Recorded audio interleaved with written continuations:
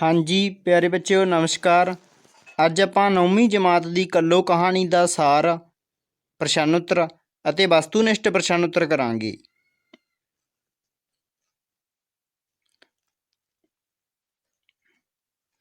ਬੱਚਿਓ ਇਹ ਵੀਡੀਓ ਤੁਸੀਂ ਪੂਰੀ ਜ਼ਰੂਰ ਦੇਖਣੀ ਹੈ ਤੇ ਵਧੀਆ ਲੱਗੇ ਤਾਂ ਲਾਈਕ ਜ਼ਰੂਰ ਕਰਨੀ ਹੈ।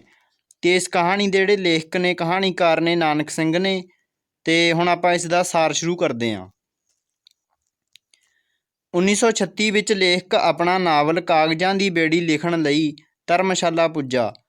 ਹੱਥ ਤੰਗ ਹੋਣ ਕਰਕੇ ਐਤਕੀ ਉਸਨੂੰ ਉੱਥੋਂ ਦੀ ਰਮਣੀਕ ਥਾਂ ਮੈਕਲੋਡਗੰਜ ਦੇ ਕਿਸੇ ਹੋਟਲ ਦੀ ਥਾਂ ਕਿਸੇ ਗੁੰਮਨਾਮ ਜਿਹੇ ਮੁਹੱਲੇ ਵਿੱਚ ਆਪਣੇ ਇੱਕ ਦੋਸਤ ਦੇ ਘਰ ਜਾ ਡੇਰਾ ਲਾਇਆ। ਪਰ ਇੱਥੇ ਇੱਕ ਮੁਸ਼ਕਿਲ ਇਹ ਪਈ ਕਿ ਉੱਥੋਂ ਦੀ ਮੁਟਿਆਰ ਜਿਹੀ ਸਫਾਈ ਸੇਵਿਕਾ ਕੱਲੋ ਮੁਹੱਲੇ ਵਿੱਚ 2 ਵੇਲੇ ਆਉਂਦੀ ਤੇ ਜਿੰਨਾ ਚਿਰ ਉੱਥੇ ਰਹਿੰਦੀ ਉਸ ਦਾ ਕਿਸੇ ਨਾ ਕਿਸੇ ਨਾਲ ਆਡਾ ਲੱਗਿਆ ਰਹਿੰਦਾ। ਉਹ ਹਰ ਵੇਲੇ ਸੜੀ ਭੁੱਜੀ ਰਹਿੰਦੀ। ਉਹ ਹੱਦ ਦਰਜੇ ਦੀ ਢੀਠ ਤੇ ਮੂੰਹ ਫਿੱਟ ਸੀ। ਲੇਖਕ ਉਸ ਤੋਂ ਬਹੁਤ ਆਵਾਜ਼ਾਰ ਸੀ ਪਰ ਉਸ ਕੋਲ ਇਸ ਮੁਸੀਬਤ ਤੋਂ ਬਚਣ ਦਾ ਕੋਈ ਰਾਹ ਨਹੀਂ ਸੀ। ਅੰਤ ਲਾਚਾਰ ਹੋ ਕੇ ਲੇਖਕ ਨੇ ਆਪਣੀ ਅਗਲੀ ਸਵੇਰ ਉੱਥੋਂ ਕਿਸੇ ਹੋਰ ਥਾਂ ਜਾਣ ਦਾ ਫੈਸਲਾ ਕਰ ਲਿਆ। ਪਰੰਤੂ ਅਗਲੇ ਦਿਨ ਭਾਰੀ ਬਾਰਿਸ਼ ਹੋਣ ਕਾਰਨ ਉਹ ਉੱਥੋਂ ਨਾ ਜਾ ਸਕਿਆ। ਕੱਲੋ ਵੀ ਕਿਧਰੇ ਦਿਖਾਈ ਨਾ ਦਿੱਤੀ ਤੇ ਉਹ ਘਰ ਬੈਠਾ ਲਿਖਦਾ ਰਿਹਾ। ਦੁਪਹਿਰ ਵੇਲੇ ਲੇਖਕ ਜਦੋਂ ਆਰਾਮ ਕੁਰਸੀ ਉੱਤੇ ਬੈਠ ਕੇ ਆਪਣੇ ਦੋਸਤ ਦੇ ਲਿਆਂਦੇ ਅੰਬ ਚੂਪ ਰਿਹਾ ਸੀ ਤਾਂ ਕੱਲੋ ਨੇ ਆ ਕੇ ਉਸਨੂੰ ਬੁਰਾ ਭਲਾ ਬੋਲਣਾ ਸ਼ੁਰੂ ਕਰ ਦਿੱਤਾ। ਉਹ ਉਸਨੂੰ ਕਹਿ ਰਹੀ ਸੀ ਕਿ ਉਸਨੂੰ ਦਿਸਦਾ ਨਹੀਂ ਕਿ ਉਸਨੇ ਕਿੰਨਾ ਕੂੜਾ ਖਿਲਾਰ ਦਿੱਤਾ ਹੈ। ਲੇਖਕ ਨੂੰ ਕੱਲੋ ਦੇ ਕੜਕਣ ਤੇ ਖਿਆਲ ਆਇਆ ਕਿ ਉਹ ਗਿਟਕਾਂ ਅਤੇ ਛਿੱਲੜਾਂ ਬੇਪਰਵਾਹੀ ਨਾਲ ਸੁੱਟ ਰਿਹਾ ਸੀ। ਉਸਨੇ ਇੱਕਦਮ ਗਿਟਕਾਂ ਤੇ ਛਿੱਲੜਾਂ ਇਕੱਠੇ ਕਰਦਿਆਂ ਕਿਹਾ, ਬੜੀ ਭੁੱਲ ਹੋਈ ਬਹਿਨ, ਮਾਫ਼ ਕਰਨਾ ਪਰਦੇਸੀ, ਖਿਆਲ ਨਹੀਂ ਰਿਹਾ। ਲੇਖਕ ਨੂੰ ਡਰ ਸੀ ਕਿ ਕੱਲੋ ਉਸ ਦੀ ਬੁਰੀ ਬਾਬ ਕਰੇਗੀ ਪਰ ਹੁਣ ਲੇਖਕ ਹੈਰਾਨ ਸੀ ਕਿ ਉਸ ਮੂੰਹੋਂ ਉਹ ਇੱਕ ਸ਼ਬਦ ਵੀ ਨਾ ਬੋਲੀ ਅਤੇ ਲੇਖਕ ਨੂੰ ਕਹਿਣ ਲੱਗੀ ਕਿ ਉਹ ਸਫਾਈ ਨਾ ਕਰੇ ਸਗੋਂ ਉਹ ਆਪ ਕਰੇਗੀ। ਇਸ ਤੋਂ ਪਿੱਛੋਂ ਉਹ ਸਭ ਕੁਝ ਪੂੰਝ ਕੇ ਤੇ ਸਫਾਈ ਕਰਕੇ ਚਲੀ ਗਈ। ਅਗਲੇ ਦਿਨ ਜਦੋਂ ਕੱਲੋ ਆਈ ਤਾਂ ਉਸਨੇ ਸਭ ਤੋਂ ਪਹਿਲਾਂ ਲੇਖਕ ਦੇ ਘਰ ਦਾ ਅੱਗਾ ਸਾਫ਼ ਕੀਤਾ ਤੇ ਨਾਲੀ ਦਾ ਗੰਦ ਵੀ ਸਾਫ਼ ਕੀਤਾ। ਇੱਧਰੋਂ ਵਿਹਲੀ ਹੋ ਕੇ ਉਸਨੇ ਲੇਖਕ ਨੂੰ ਦਾਦਾ ਕਹਿ ਕੇ ਅੰਦਰਲੇ ਕੂੜੇ ਨੂੰ ਬਾਹਰ ਸੁੱਟਣ ਬਾਰੇ ਪੁੱਛਿਆ। ਲੇਖਕ ਨੂੰ ਉਸਦੇ ਮੂੰਹੋਂ ਦਾਦਾ ਸੁਣ ਕੇ ਜਰਾ ਔਖ ਹੋਈ। ਉਸ ਦਿਨ ਕੱਲੋ ਨੇ ਕਿਸੇ ਮੁਹੱਲੇ ਵਾਲੇ ਨਾਲ ਆਡਾ ਨਹੀਂ ਲਾਇਆ। ਕੁਝ ਦੇਰ ਪਿੱਛੋਂ ਲੇਖਕ ਨੇ ਉਸਨੂੰ ਆਪਣੀ ਕੰਧ ਨਾਲ ਖੜੀ ਦੇਖਿਆ। ਲੇਖਕ ਨੇ ਸੋਚਿਆ ਕਿ ਸ਼ਾਇਦ ਉਹ ਕੰਮ ਦੀ ਮਜ਼ਦੂਰੀ ਲੈਣ ਆਈ ਹੈ। ਉਸਨੇ ਆਪਣੀ ਜੇਬ ਵਿੱਚੋਂ ਇੱਕ ਆਨਾ ਕੱਢ ਕੇ ਉਸ ਵੱਲ ਸੁੱਟਿਆ ਪਰ ਉਸਨੇ ਨਾ ਚੁੱਕਿਆ। ਲੇਖਕ ਨੇ ਉਸਨੂੰ ਲਾਲਚਣ ਸਮਝਿਆ, ਇੱਕ ਆਨਾ ਹੋਰ ਉਸ ਵੱਲ ਸੁੱਟਿਆ ਪਰ ਕੱਲੋ ਨੇ ਕਿਹਾ ਕਿ ਉਹ ਨਹੀਂ ਲਵੇਗੀ। ਇਹ ਸੁਣ ਕੇ ਲੇਖਕ ਨੇ ਉਸਦੇ ਲਾਲਚੀ ਸੁਭਾਅ ਨੂੰ ਕੋਸਿਆ।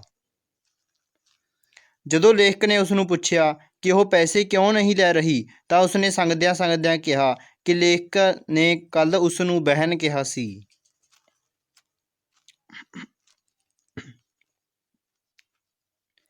ਕੱਲੋ ਦੇ ਇਸ ਵਾਕ ਨੇ ਉਸਦੀ ਸਾਰੀ ਤਸਵੀਰ ਬਦਲ ਦਿੱਤੀ।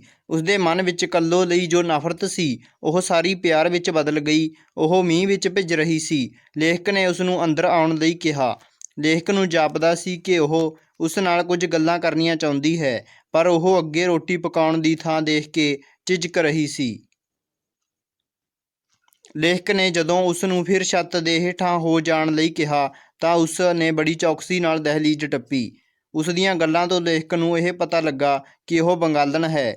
ਉਸਨੂੰ ਸਮਝ ਲੱਗ ਗਈ ਸੀ ਕਿ ਬੰਗਲਾ ਵਿੱਚ ਵੱਡੇ ਭਰਾ ਨੂੰ ਦਾਦਾ ਕਹਿੰਦੇ ਹਨ। ਲੇਖਕ ਨੇ ਉਸਨੂੰ ਭਿੱਜਦੀ ਦੇਖ ਕੇ ਕਿਹਾ ਕਿ ਉਹ ਬਰਤਨਾਂ ਦੀ ਬਿਨਾਂ ਪਰਵਾਹ ਕੀਤੇ ਅੰਦਰ ਲੰਘ ਆਵੇ ਕਿਉਂਕਿ ਉਹ ਉਸਦੇ ਦਾਦੇ ਦੇ ਹੀ ਹਨ। ਹੁਣ ਉਹ ਸੁਰੱਖਿਅਤ ਸੀ। ਉਸਦੇ ਪੁੱਛਣ 'ਤੇ ਲੇਖਕ ਨੇ ਉਸਨੂੰ ਦੱਸਿਆ ਕਿ ਉਹ ਅੰਮ੍ਰਿਤਸਰ ਦਾ ਰਹਿਣ ਵਾਲਾ ਹੈ ਅਤੇ ਉਹ ਕੱਲ੍ਹ ਇੱਥੋਂ ਚਲਾ ਜਾਵੇਗਾ ਕਿਉਂਕਿ ਇਸ ਗਲੀ ਵਿੱਚ ਸ਼ੋਰ ਬਹੁਤ ਰਹਿੰਦਾ ਹੈ। ਇਹ ਸੁਣ ਕੇ ਕੱਲੋ ਚੁੱਪ ਕਰ ਗਈ। ਫਿਰ ਉਸਨੂੰ ਪਤਾ ਲੱਗਾ ਕਿ ਲੇਖਕ ਕਿਤਾਬਾਂ ਲਿਖਦਾ ਹੈ। ਉਸਨੂੰ ਇਸ ਲੇਖਕ ਤੋਂ ਇਹ ਵੀ ਪਤਾ ਲੱਗਾ ਕਿ ਅੰਮ੍ਰਿਤਸਰ ਵਿੱਚ ਉਸਦੀ ਪਤਨੀ ਅਤੇ 3 ਲੜਕੇ ਹਨ। ਇਸ ਪਿੱਛੋਂ ਮੀਂਹ ਬੰਦ ਹੋ ਗਿਆ ਅਤੇ ਕੱਲੋ ਕੰਮ ਕਰਨ ਚਲੀ ਗਈ।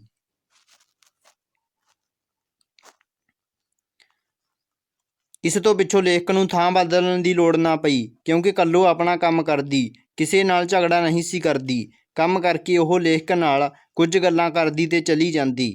ਹੁਣ ਤਾਂ ਉਹ ਬਾਲਾਂ ਨੂੰ ਵੀ ਬੜੇ ਪਿਆਰ ਨਾਲ ਰੌਲਾ ਪਾਉਣ ਤੋਂ ਰੋਕ ਦਿੰਦੀ। ਇੱਕ ਨਾਵਲ ਦਾ ਕੰਮ ਖਤਮ ਹੋ ਗਿਆ ਅਤੇ ਲੇਖਕ ਨੇ ਕੱਲੋ ਨੂੰ ਦੱਸਿਆ ਕਿ ਉਹ ਇੱਥੋਂ ਚਲਾ ਜਾਵੇਗਾ।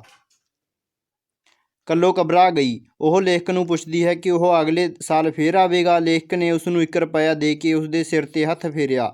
ਅਗਲੇ ਦਿਨ ਆਪਣਾ ਸਮਾਨ ਬੰਨ੍ਹਦਿਆਂ ਲੇਖਕ ਦਾ ਧਿਆਨ ਮੁਹੱਲੇ ਦੇ ਸਿਰੇ ਵੱਲ ਸੀ। ਉਸਨੂੰ ਵਿਸ਼ਵਾਸ ਸੀ ਕਿ ਕੱਲੋ ਜ਼ਰੂਰ ਆਵੇਗੀ, ਪਰ ਉਹ ਨਾ ਆਈ। ਉਹ ਨਿਰਾਸ਼ ਜਿਹਾ ਹੋ ਕੇ ਕੁੱਲੀ ਤੋਂ ਸਮਾਨ ਚੁਕਵਾ ਕੇ ਬੱਸ ਅੱਡੇ ਉੱਤੇ ਪਹੁੰਚ ਗਿਆ। ਮੋਟਰ ਤੁਰਨ ਦਾ ਵਕਤ ਹੋ ਰਿਹਾ ਸੀ ਅਤੇ ਉਸਦੀਆਂ ਨਜ਼ਰਾਂ ਸੜਕ ਵੱਲ ਕੱਲੋ ਨੂੰ ਵੇਖ ਰਹੀਆਂ ਸਨ। ਅੰਤ ਉਹ ਬੱਸ ਵਿੱਚ ਬੈਠਾ। ਬੱਸ ਸਟਾਰਟ ਹੋ ਗਈ। ਉਸ ਵੇਲੇ ਉਸਨੂੰ ਸਿਰ ਉੱਤੇ ਟੋਕਰੀ ਚੁੱਕੀ ਕਾਲੀ ਕਾਲੀ ਤੁਰੀ ਆਉਂਦੀ ਕੱਲੋ ਦਿਸੀ। ਲੇਖਕ ਡਰਾਈਵਰ ਨੂੰ ਜਰਾ ਰੁਕਣ ਲਈ ਕਹਿ ਕੇ ਬੱਸ ਵਿੱਚੋਂ ਉਤਰਿਆ। ਉਸਨੇ ਕੱਲੋ ਕੋਲੋਂ ਟੋਕਰੀ ਫੜੀ। ਉਸਨੇ ਕਿਹਾ ਕਿ ਉਹ ਆਪਣੀ ਭਾਵਜ ਲਈ ਥੋੜ੍ਹੇ ਜਿਹੇ ਅੰਬ ਲਿਆਈ ਹੈ। ਉਸਨੇ ਲੇਖਕ ਨੂੰ ਦੱਸਿਆ ਕਿ ਉਸਨੇ ਅੰਬਾਂ ਨੂੰ ਛੂਹਿਆ ਨਹੀਂ। ਕੀ ਉਹ ਉਹਨਾਂ ਨੂੰ ਲੈ ਜਾਵੇਗਾ? ਲੇਖਕ ਨੇ ਉਸਦੀ ਭੇਟ ਬੜੀ ਖੁਸ਼ੀ ਨਾਲ ਕਬੂਲ ਕੀਤੀ ਅਤੇ ਉਹ ਖਿੜ ਗਈ। ਲੇਖਕ ਨੇ ਟੋਕਰੀ ਬੱਸ ਵਿੱਚ ਰਖਵਾਈ ਅਤੇ ਕੱਲੋ ਤੋਂ ਵਿਦਾ ਹੋ ਕੇ ਬੱਸ ਵਿੱਚ ਬੈਠ ਗਿਆ। ਉਸਨੇ ਪਰਤ ਕੇ ਦੇਖਿਆ ਕਿ ਕੱਲੋ ਭਰਾ ਦੇ ਪਿਆਰ ਵਿੱਚ ਭਿੱਜੀ ਬੱਸ ਵੱਲ ਦੇਖ ਰਹੀ ਸੀ।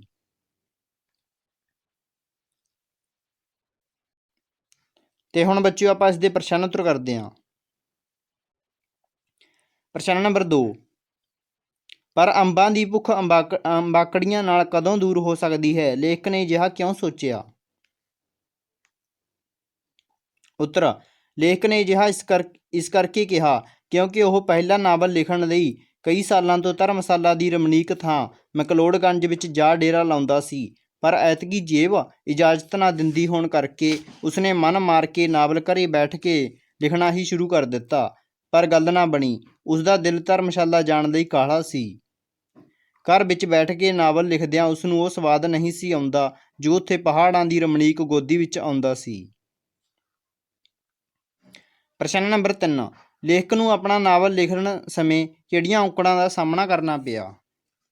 ਉੱਤਰ, ਇਸ ਲੇਖਕ ਨੂੰ ਆਪਣਾ ਨਾਵਲ ਲਿਖਣ ਸਮੇਂ ਪਹਿਲੀ ਔਕੜ ਤਾਂ ਇਹ ਪੇਸ਼ ਆਈ ਕਿ ਉਸਨੂੰ ਜੇਬ ਵਿੱਚ ਘੱਟ ਪੈਸੇ ਹੋਣ ਕਰਕੇ ਧਰਮਸ਼ਾਲਾ ਆਪਣੀ ਮਨਪਸੰਦ ਥਾਂ ਮੈਕਲੋਡਗੰਜ ਦੇ ਕਿਸੇ ਹੋਟਲ ਵਿੱਚ ਜਾ ਕੇ ਰਹਿਣ ਦੀ ਥਾਂ ਕਿਸੇ ਗੁੰਮਨਾਮ ਜਿਹੇ ਹੋਟਲ ਵਿੱਚ ਆਪਣੇ ਇੱਕ ਦੋਸਤ ਦੇ ਘਰ ਡੇਰਾ ਲਾਉਣਾ ਪਿਆ।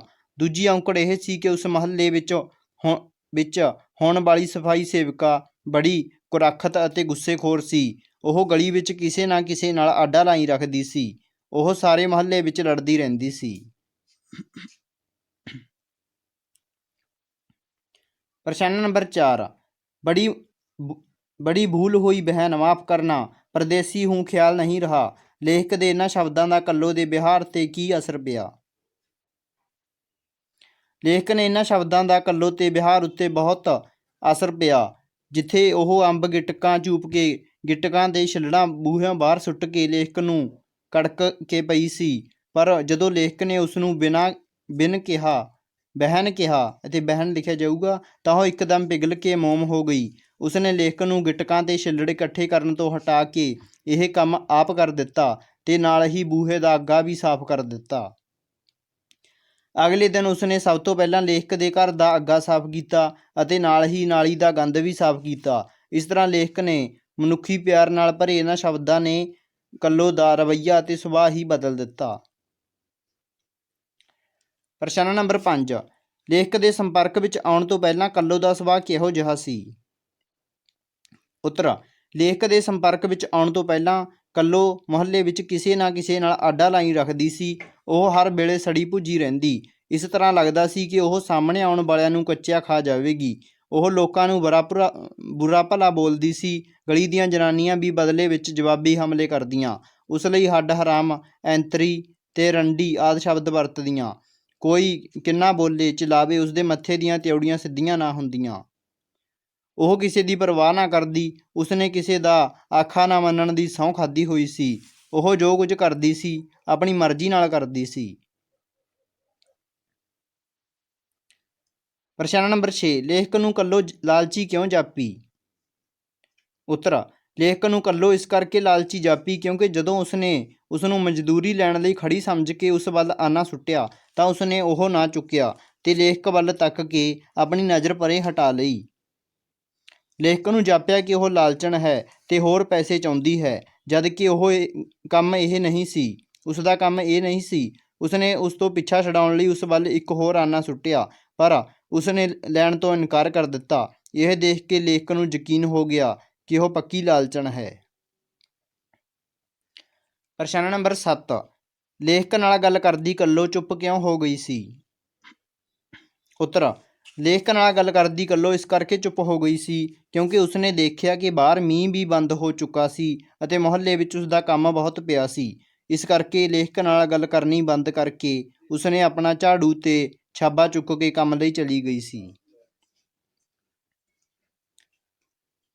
ਪ੍ਰਸ਼ਨ ਨੰਬਰ 8, ਕੱਲੋ ਨੇ ਲੇਖਕ ਨੂੰ ਕਿਹੜੀ ਸੁਗਾਤ ਭੇਟ ਕੀਤੀ ਤੇ ਕਿਉਂ?